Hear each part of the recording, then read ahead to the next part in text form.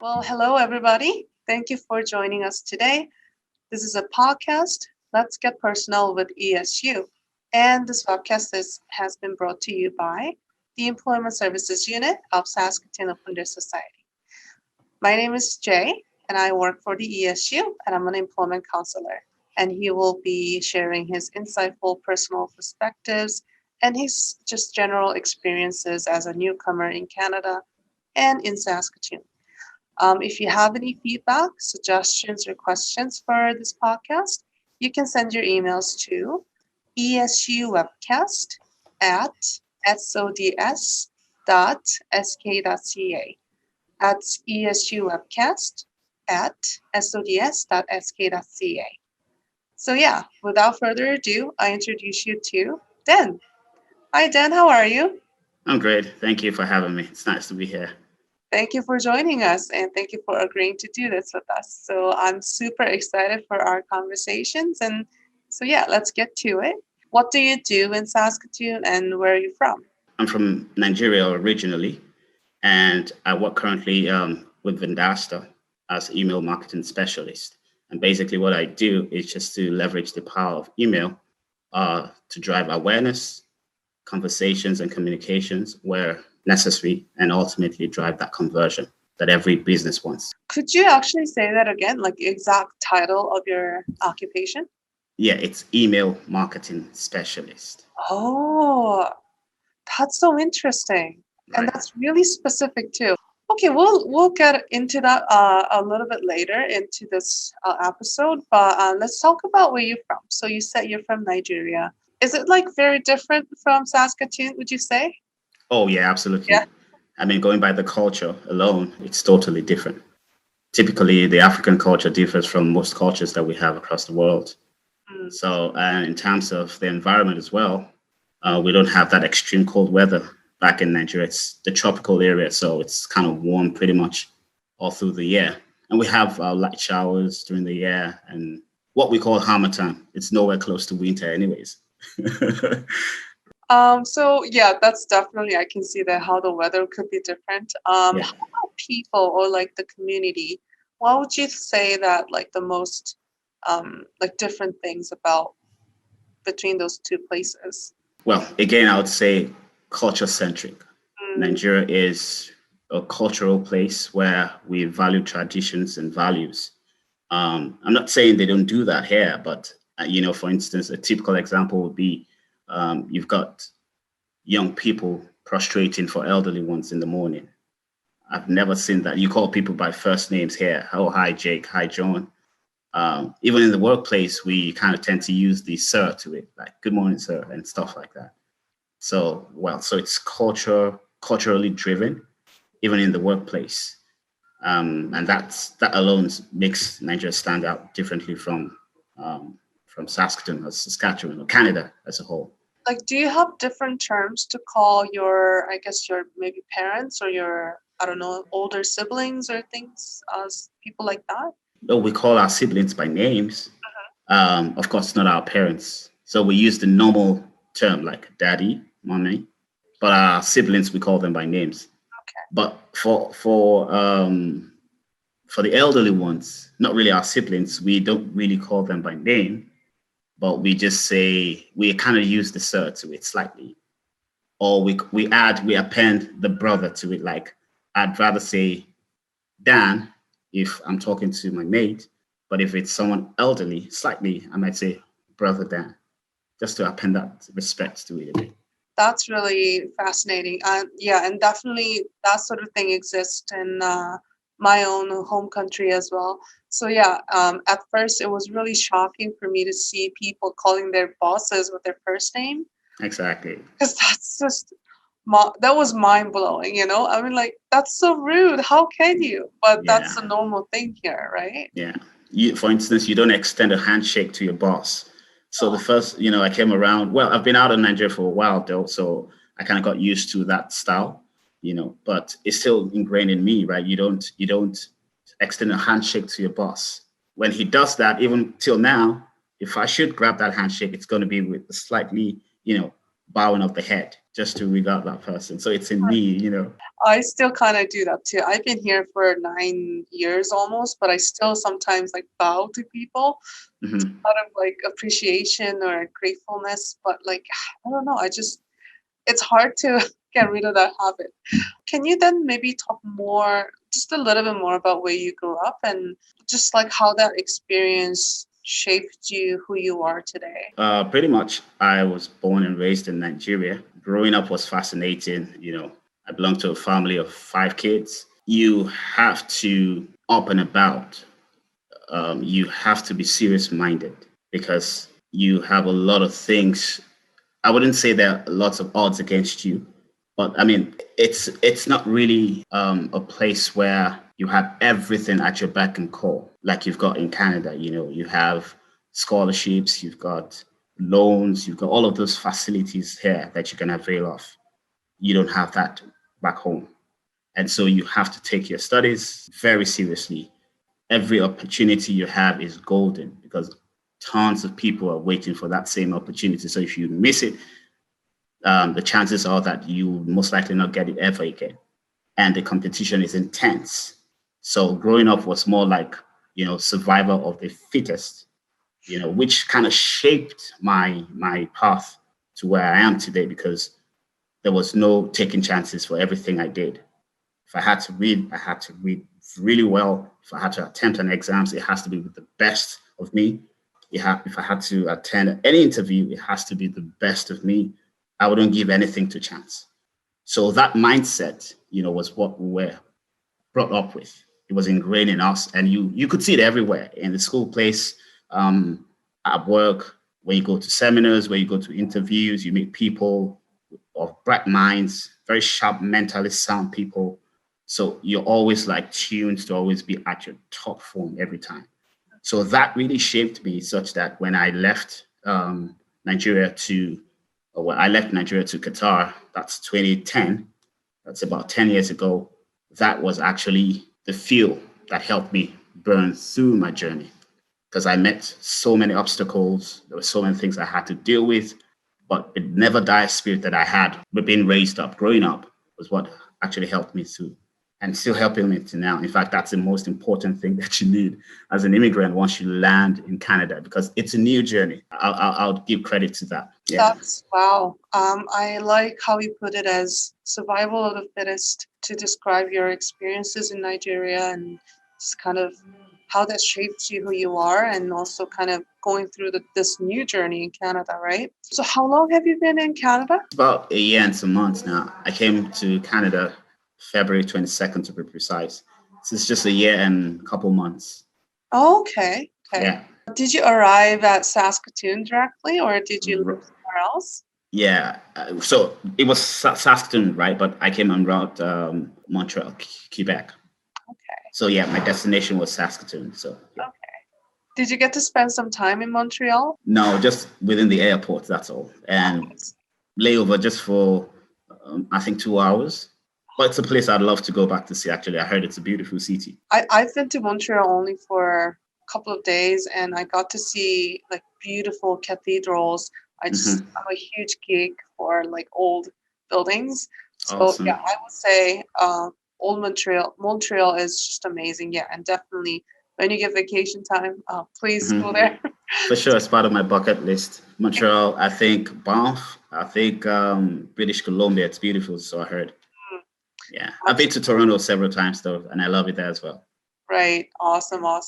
So we have lots of options to travel just in Canada too. What made you decide to come to Saskatoon? It was actually through the nomination process. So I've always loved Canada for, well, I don't know why, but I mean, long time, even while I was still in Nigeria, I had this love for Canada. And I was looking for opportunities to come around. And when I started work at Qatar Airways, I used to kind of vacation in Toronto. And I liked the whole environment, and I felt, wow, this is a place I can call home. And so in my bid to relocate and migrate, I checked out so many opportunities, and that which came at that time was the SINP, the Saskatchewan Nomination Program. So I gave it a shot, and I was lucky. I was selected and I found myself here. Yeah, I was also on SIMP about 9 years ago, and I agree. Saskatoon is a great place. It has been a great place for me personally because I've met so many different friends and people, which I feel really thankful to have. I guess my next question would be like, are you liking Saskatoon so far? Yes, it's quiet. I like it. I love peaceful places and environment. My time in Doha was pretty quiet. It's a very serene, quiet place, and Saskatoon is reflective of this as well. So yeah, apart from the extreme winter though, but I love the people. I love the city, and it's not too big. Well, I stand to be corrected though, but I mean, I can get around places within 13 minutes drive, within places within the city, right? I like it. I like proximity, the proximity I've got to work. I've got proximity to most grocery stores and stuff. And yeah, the people are receptive and they're warm. They're eager to help you. I feel free to walk up to anybody and ask any questions. That's so good to hear that. Even though there's this winter proportion that is Hmm. really negative, Right. one of the negatives about living in Saskatoon. But yeah, generally, people are really nice, and like you said, you can feel just free to come up to any person and just talk on the street. And yeah, I also agree. Saskatoon is like personally, it's been a really peaceful place to me as well. There's not too much going on, not too crowded, the sky is so peaceful. So that's really great that you got on SIMP and you got lucky and you got the job, or not the job, or the status to come here and to work. Right. So what would you have said maybe before coming to Canada or Saskatoon? Like if there are things that you wish you know before coming here. There isn't anything. Honestly, no jokes here. To be honest, there isn't anything. You see, the thing is, like I said, I loved I had loved Canada a long time ago. In fact, the very first um, visa denial that I got was to come for a study at Trent University in Toronto, in Ontario. This was way back 2002, right? So we're talking about 18 years ago. So Canada has been top of my mind. And so everything, my qualification today was built around my vision of coming to Canada. It might intrigue you, but the truth is, well, I studied accounting in school, but I didn't stop there. I jumped ship when I discovered my passion for marketing. I was studying accounting, and at the same time, I was writing my professional exams in marketing. So at the time I graduated, I also became a qualified marketer, right, under the auspices of the National Institute of Marketing of Nigeria. And the reason why I attempted that was because I had researched and discovered that NIMN, that's the marketing body, is the only recognized marketing body in West Africa. And with that, you get direct membership into the Canadian Institute of Marketing, which I have now. So you can see how far this whole journey had been for me. So it's a journey of 18 years, I'll tell you, because I was denied way back. So everything Canada was well researched, was well prepared for. And even while I was attempting the SIMP, I read a lot about Saskatchewan. Even my journey to Toronto was just on this discover your own adventure, choose your own adventure. Let me test waters. Let me see what it is like living in Toronto. Let me check how expensive it is. And that was why I settled for Saskatoon. Eventually, it was a good deal for me because it's way cheaper than living in Toronto. So every step of the way was research based. And so when I landed, it was a case of, hey, I have to hit the ground running. And that was exactly what I did. There was no time to chill back and like, oh, no, I just want to rest for 1 month before I start looking out. It was, I came on a Wednesday. I was out in the cold on a Monday looking for jobs. It was that serious. So I was hardened, so to speak, right? I made up my mind. I knew success isn't going to come cheap. And I was ready to give it all that it took then. That's wow. That's really impressive that you Yeah. even less than a week you were just out there looking for jobs. In the cold, minus Yeah. 40 degrees. It wasn't funny, but it paid off. Wait, when was this? February at the peak, right? February 2019, it was February. minus 40. February is the worst. Oh my Yeah. goodness. And the interesting part is I came from a place where you've got extreme climate, right? I came from Doha in Qatar, where you've got 40 degrees Celsius, hot, to an extreme place, minus 40. You can't beat that, right? It was an extreme transition, right? So that would you also kind of recommend other newcomers who are coming here or are planning to come here to research as well as you did? That can never be overemphasized. Mm, Yeah. In fact, there are other things. Well, my rule, I'm not sure if that's part of the questions that we'll be answering later down, but I came with this philosophy that I call personally, I term it the 4 Ps. And that is what I have always applied to my life across everything. First one is being positive, stay positive, especially in unprecedented times that we are in, right?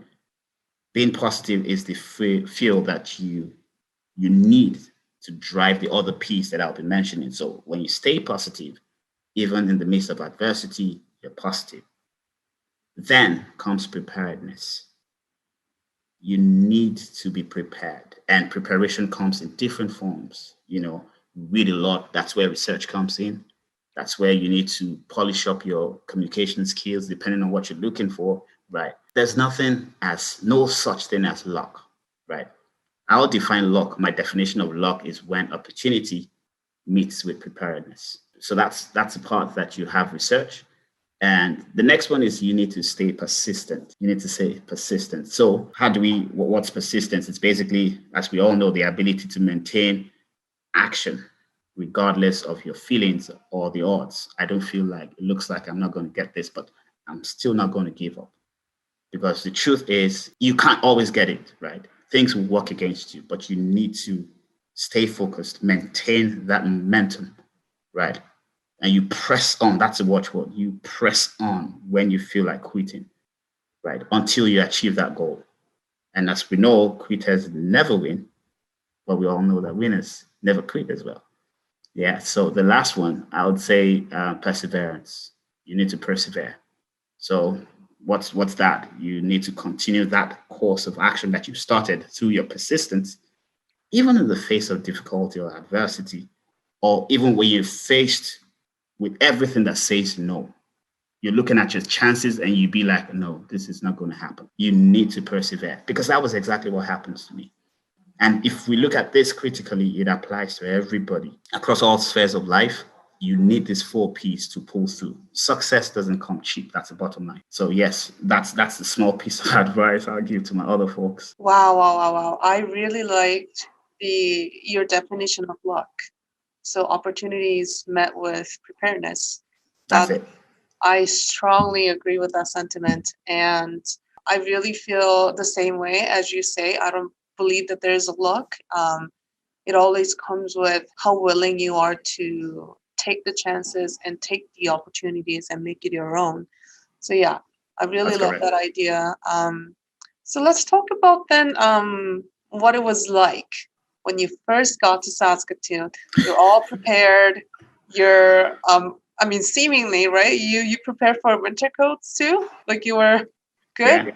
Like you weren't shocked by the weather or anything? No, I had researched and I knew I was landing at the time where it was going to be freezing cold. Right. So Oh, yeah, I was packed on day one. I had layers of clothes, and it was still very cold, right? Because the clothes that I brought from the Middle East were basically light clothes, right? The jacket, you think it's good enough. It's not. It's not thermal, right, in any sense. So, right. that night I had to ensure that I didn't stay for too long. I didn't stay out for too long. So it's a case of dashing into the taxi, Right. and yeah, getting home and dashing quickly into the building. You know, right. But the good thing is, part of the research and the preparedness is that I had a friend of mine who ordered some jackets, winter jackets from Old Navy in Canada, and I had it shipped to his apartment. So when I was ready to get out the streets on Monday, I had those thermal jackets on with, of course, stacks of clothes. So I was like, yeah, I think I'm good enough. I'll go rough this thing out. So My goodness, you were really prepared, even for the winter coats. Wow. yeah, but it was tough because I hadn't in my life actually experienced that amount of cold. You feel that numbness in your hands, even where I only got this, the cloth hand gloves, not the thick ones.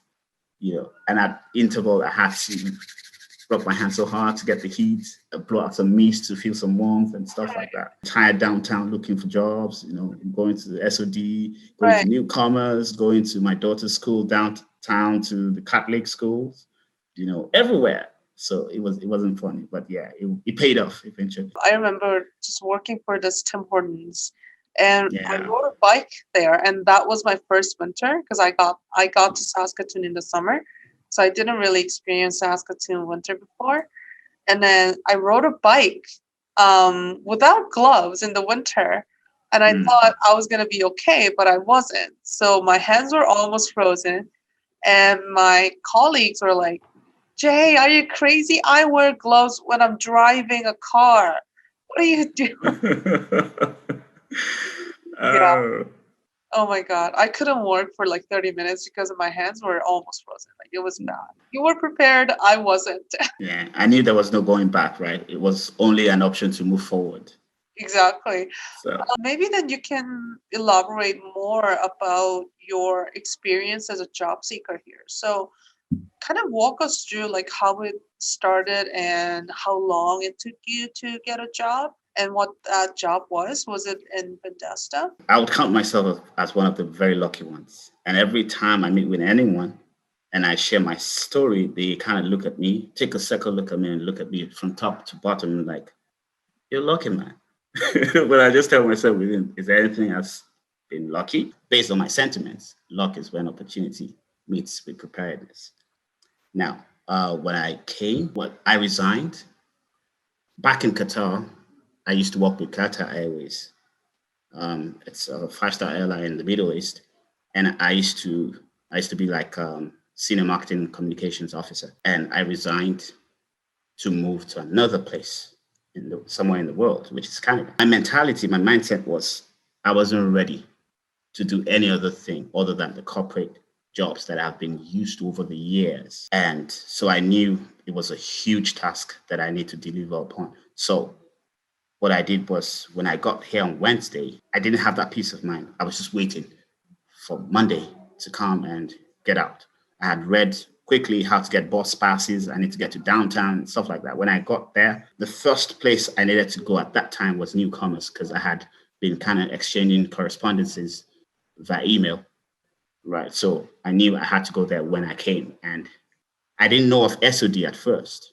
But when I got to Newcomers, I just took a look to my right and I'm like, wait a minute, this is Saskatoon Open Door. I asked the question, where's this? It's for immigrants. In fact, I was told that's the place majority of immigrants are being served.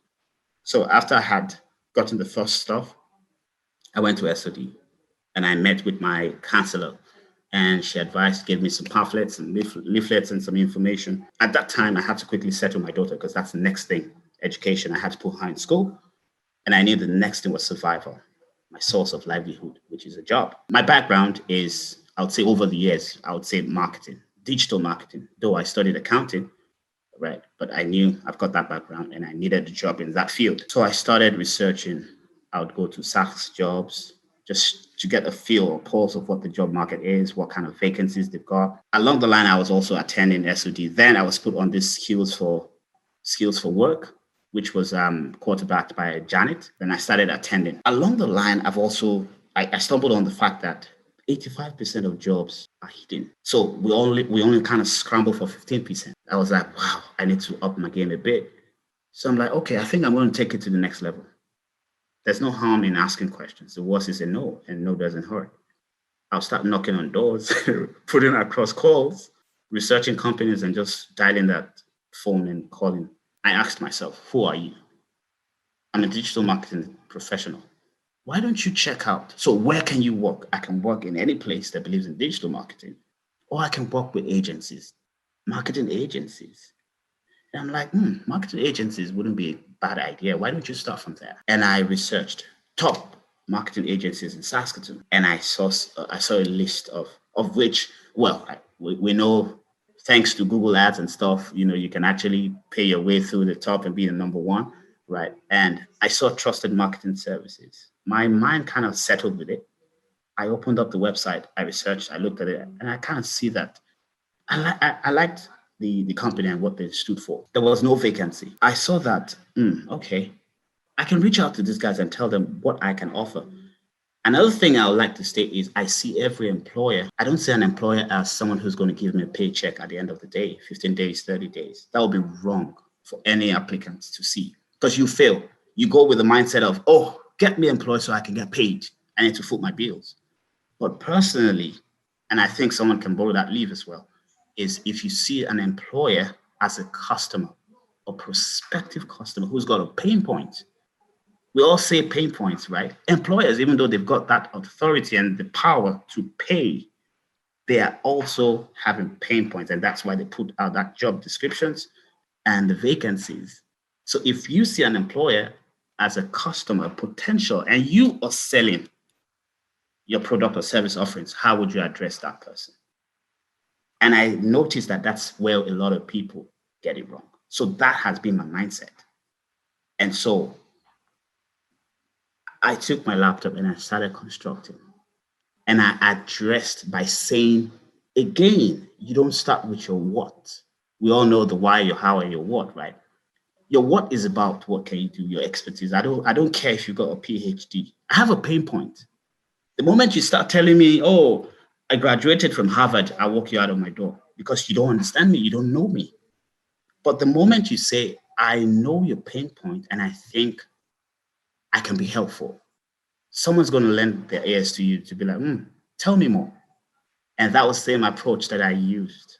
Took my laptop and I started writing. I love your website. I love your service offerings and the values that you stand for. This is who I am. I know that I'll be able to do this and this and this, just in case you need something like this. Then we can have a discussion. We can take it from there. Then I can get to understand your needs more. I needed that. I just needed somebody to look at my face. I needed that call to say, let's come to our office. Let's see your face. Right. So I needed to kind of construct that in that way. And it worked. It worked. I got the response to be like, sounds interesting. Can you come over for a cup of coffee and a chat? And I'm like, gosh, I got it. So I went there. And in fact, they apologized because they had to reschedule the meeting. So Dan, we're sorry, we have to reschedule because the owner isn't around, blah, blah, blah. They came chasing after me. Remind us to say this. And we're sure that this day is for sure. It's not going to, skip. And I was there. But before then, I searched, I looked at the website, looked at what the service offerings that they had, and I checked their website. And what I did was to prepare myself to see what skills that I will be bringing to solve some of the loopholes that I had already seen. Don't forget, your why is what matters most at the interview. You don't have more than maximum 10 minutes to make the first and lasting impression. So it's time for your best personal elevator pitch. You need to hit it hard. Strike it when the iron is hot, right? So long story short, I got the interview and we met. And so I stated my case. This is what I think I have that will be helpful to this place. And I stated those gray areas that I saw. In some cases, I had to open up my laptop to show what I researched and what my preferred recommendations were. And they were impressed. And they were like, when do you want to start? And I'm like, anytime you want me to start. And it will be fascinating to let you know that I came February 22nd. I got my job April 9th in less than 2 months. And that position was created for me. There was no vacancy.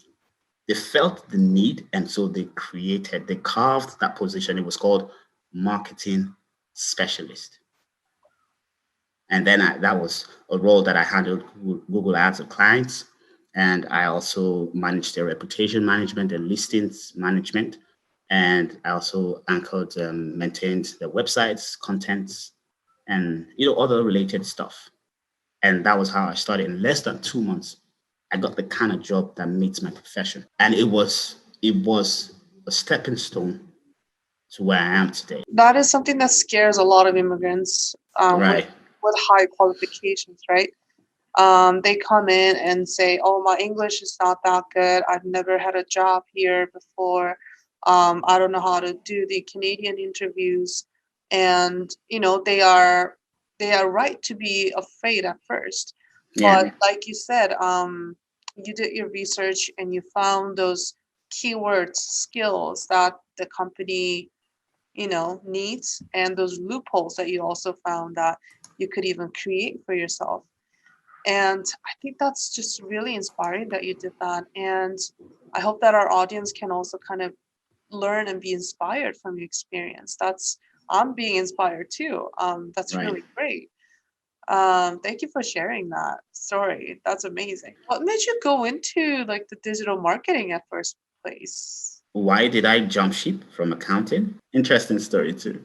Go ahead, please. Okay, well, I love numbers. Well, I still make use of that accounting knowledge, but maybe to my personal finances actually. But at that time, I had a brother who was also studying for that professional qualification. So I decided one day, in my spare time, it was on a weekend.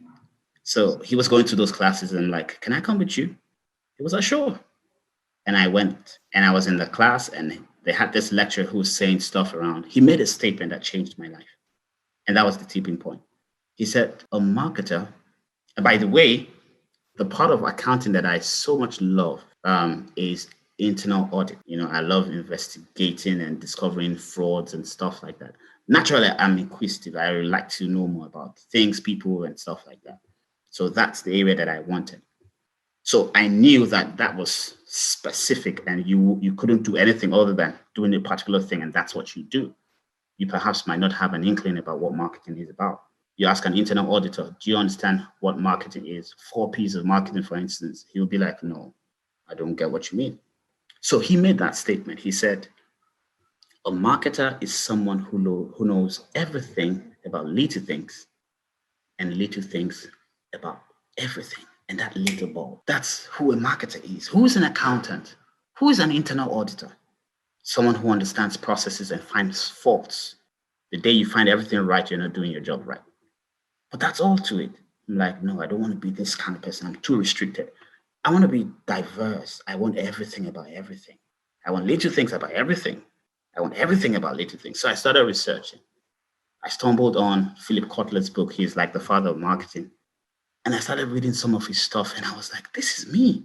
It aligned with my innate abilities because I remember even while I was studying in school, whenever we had arguments about principles of accounting and we were doing stuff like taxation and auditing, quantitative analysis, whenever I got talking, I noticed that people would be like, they were so calm and fixed to what I was saying. I was like, what is it about me that people, so until I speak to something, when you have 2 people arguing and they call me to it, it looked as though whatever I said was the final, like the Holy Grail. Whenever Dan says this, I think we'll go by his suggestions.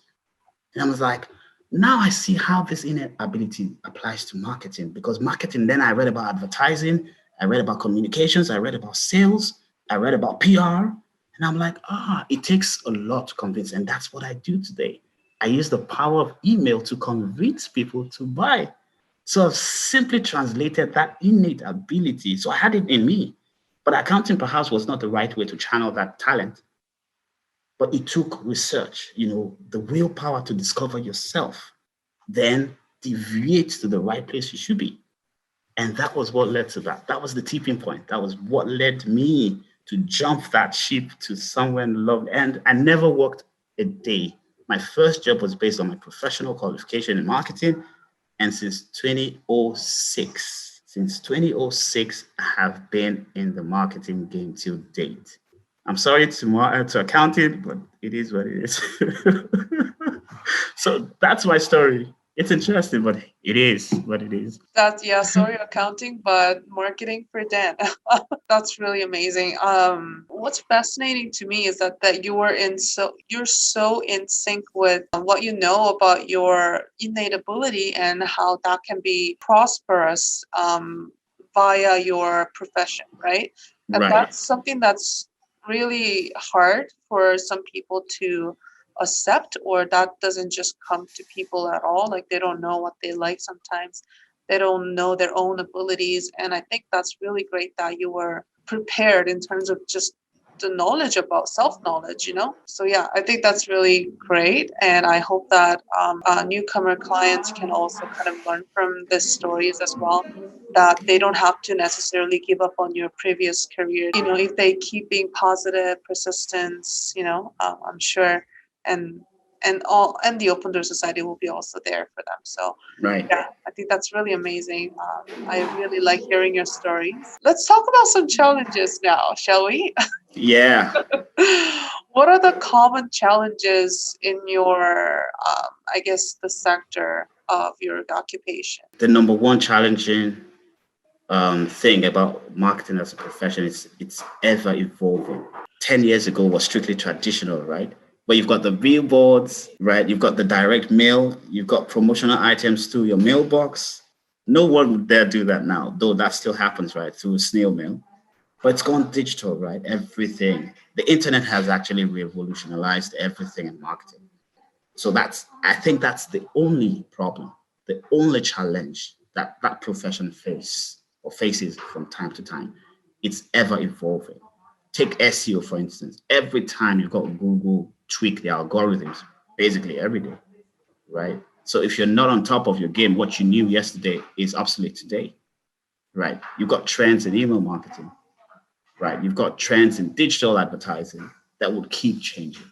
So you need to be up to speed with those changes and those trends every time to stay like hot, to stay intact. Else you might actually be forgotten in the past. So yeah, you need to keep up with the trend and read a lot, do your own research, collaborate with people to get fresh ideas, do some courses to refresh your knowledge, some personal development from time to time, and stay up to date. You need to always stay up to date. So I'll say that's the major thing about my profession. Marketing is, apart from the fact that marketing is subjective. So for instance, you're my boss and I say something about email marketing and you differ differently, right? You differ from my opinions, right? The fact that you're my boss, for instance, does not necessarily make you right. But because you're my boss and you have the final call, you can take that call. But it's subjective, right? But aside that, everybody, including your boss, suffers that ever evolving situation, state of marketing, which he needs to also keep up and run his own race to catch up, right? Are you, Right. So would you say that you enjoy that aspect as well? Like, is it just a challenge? I love it. Yeah, I'm a lifelong learner. If you fail to learn, you're gone. A man dies when he stops learning. I agree. Right. Then So could you, oh, sorry, go ahead. yeah, so a marketer dies when he stops evolving as well. He needs to evolve. Yeah. So in order to live, you have to keep learning. Yes. Yes. Okay.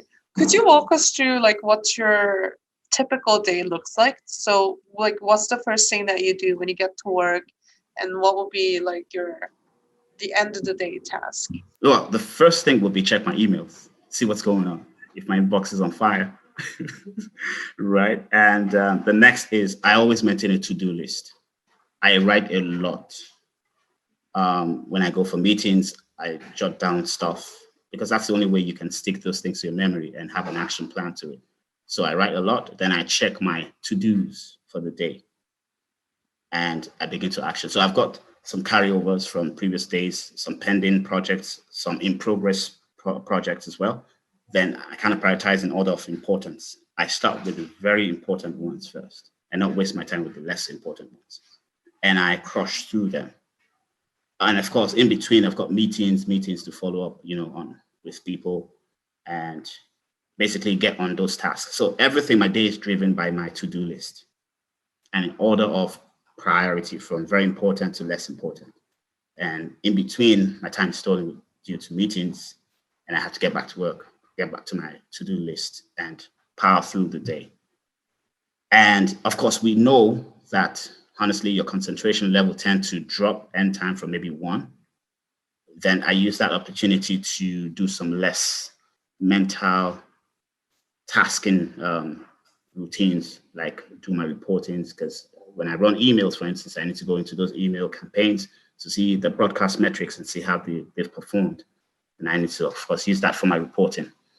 And I take that opportunity to do that. And that takes me for the rest of the day. Would you say that you've faced any sort of unique challenges as a newcomer in Saskatoon? Challenges, is it in the workplace or generally? I would say both in general. So just like on a personal level, right? Like just like I think you didn't, but for me, I had struggles with English, especially some slangs that I just didn't know what to make of. And even like there's a slightly different accent too here from the English that I learned in back in Korea. So that was also kind of hard to understand at first. Like for me, even counting coins was a different thing here. I had to learn all the dimes and like nickels and what they were called, like loonies and toonies, things like that. And Right. definitely some challenges at work as well. When you first start working in a whole new culture and new country, you might face a little bit of difficulties when you start. So I was wondering if you have faced any of those things, like unique challenges to new immigrants, newcomers. Mhm. Yes, I for me the speaking part wasn't any challenge to me based on where I was coming from.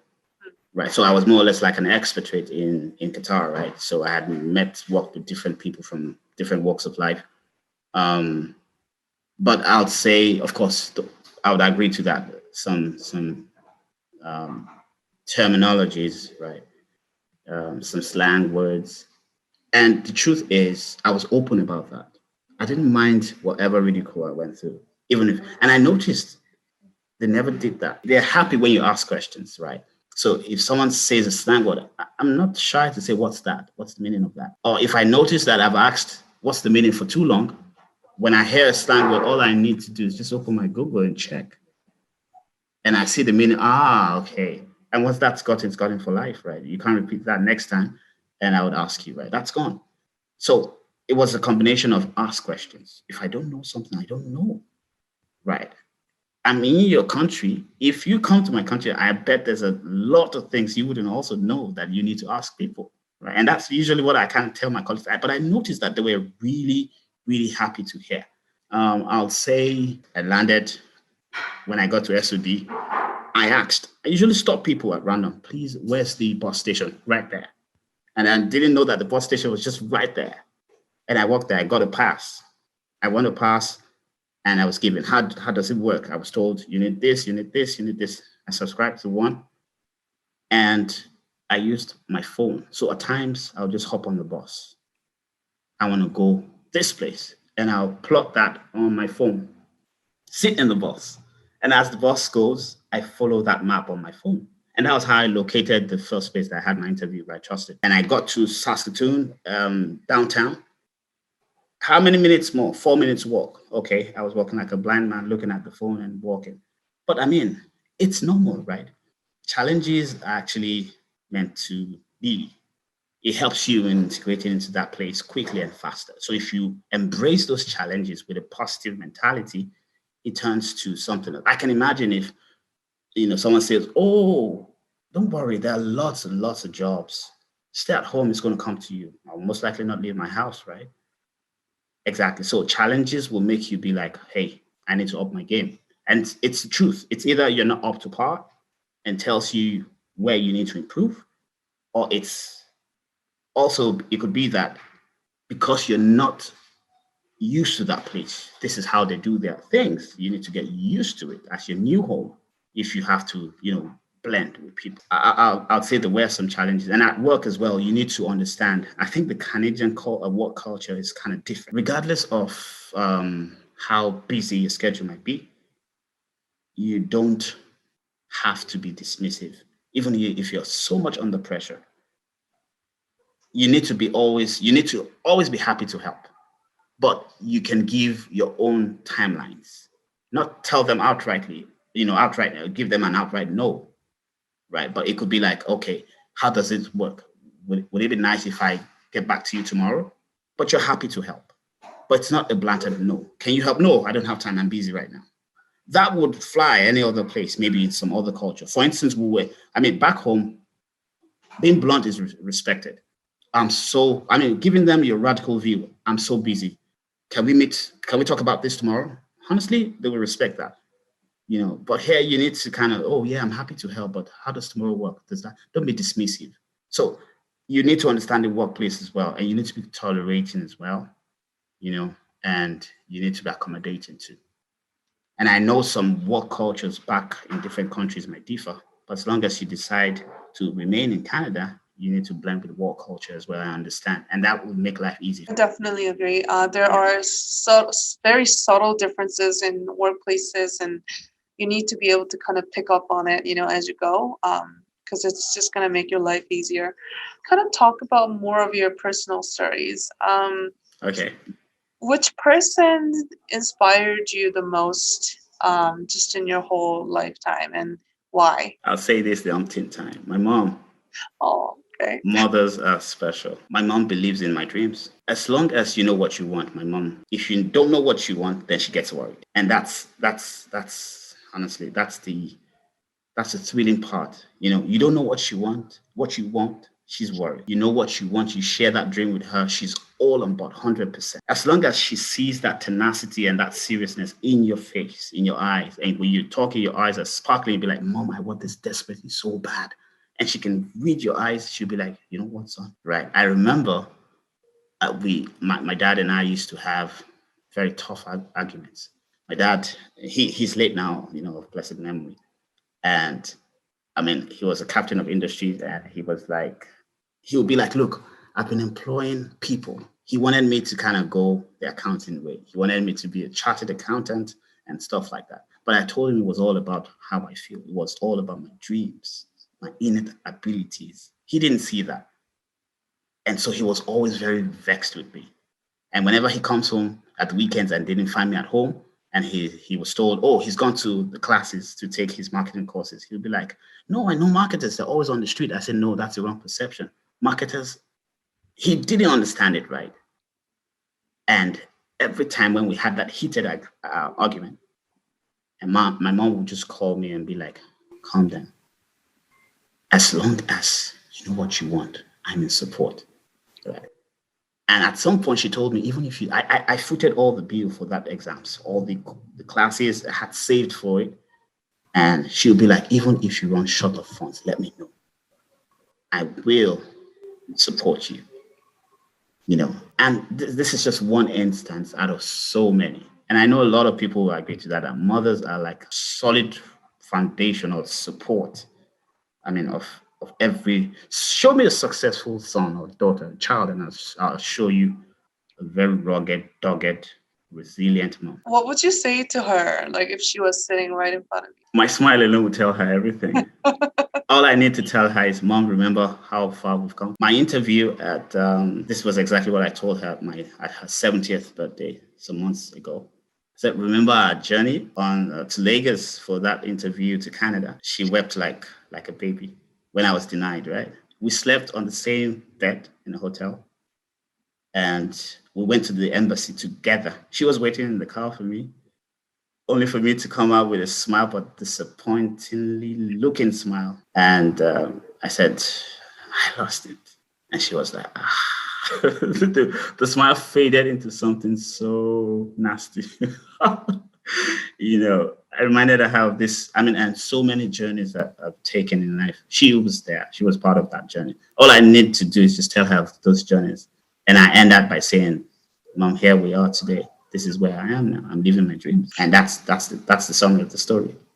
That's what I'll tell her. That's really touching. I was right there. Just like I felt like I was just like right there with you guys at the embassy. Yeah. I agree. Like you do have your journey, but that journey is not a lone one. You definitely walk that journey with a lot of people around in your life, and I'm glad that your mom was there for you, and I'm also feeling kind of thankful to people that happen in my life just all of a sudden. So I your story is just really are touching. So thank you for sharing that. No problem. My pleasure. What would be like some of the keywords that can describe you accurately? Number one, I'm resilient. I know everybody has gone through a lot, yeah, but I know I'm resilient for one. I'm highly focused. I don't give up until I get what well, I know it's not a good thing. It could be good at times and bad at times, but I can't. I would say I'm a perfectionist, and I'm learning to kind of manage that because I don't give up until I get it right. But it doesn't work like that all the time, especially in the workplace where you've got deadlines and you need to do stuff quickly and move on to the other. But it is what it is. That's who I am. But I've learned delegation all the while as well. So trustworthy. I'll tell you what it is. If I differ on a point, I'll tell you what it is. But I would not say, I'll call a spade a spade. I wouldn't call a spade an apple. I am very reliable and dependable. Do I call myself a workaholic or a hardworking person? Okay, I'll take the other one. I'm hardworking. Yeah, well, they're two different things, workaholic and hardworking, but let's go with hardworking. Yeah, I'll go with hardworking because I tend to make time out for my family, and spend quality time with them as well. So I'm a hardworking. I get what I need to do and I do it with all my might. So, and to the best of my abilities. I think I'm easygoing. I think those ones will be good enough. Right. Those are quite a set of words. I think my favorite one is the resilience. I think that's the most important skill that you need, or like the ability that you need to kind of overcome a lot of challenges, personally, professionally, otherwise. But yeah, I like the word resilience, and I can tell that from your face and your eyes. I can tell it. Well, thank you. Yeah, not a problem. So we're kind of getting close to the end of our episode. I wanted to ask you this last question. Right. What advice or takeaway would you give to newcomers in Saskatoon who are trying to find a job in this pandemic? You need to stay positive. That's all we need. The world is chaotic right now, and the only thing that can pull us through is staying positive. You need to be positive. Apart from that, you need to have a level of some sort of positivity towards any goal that you set to achieve. If you're not positive about it, you failed. If you're not positive that you're going to get a job, it's not going to pull the other strings that you need to start preparing, start pulling this other stuff that I said. In fact, I can liken this last statement to the 4 P's that I said. Positivity is the bedrock. Without that, it's a wobbly foundation and your building will for sure collapse because you can't go far. So you need to stay positive. Positivity is that little candlelight that glows in the dark. Like flickering, yeah. Yeah, it glows in the dark. And that's all you need. With that, you can actually find your way through that dark path. So I would say positivity, because from there, it births other things. I'll get this. I need to prepare for this. I was told, no, I need to show them that the stuff I'm made of. I'll go back again. It's all bent on positivity. You're not giving up, right? So positivity is key to it.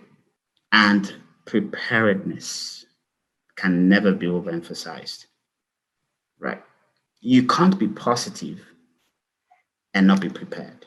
If you stay positive and you don't do anything, you won't get far, right? You need to know what you want, stay positive at that, then prepare for what you want. Be it a job, be it anything.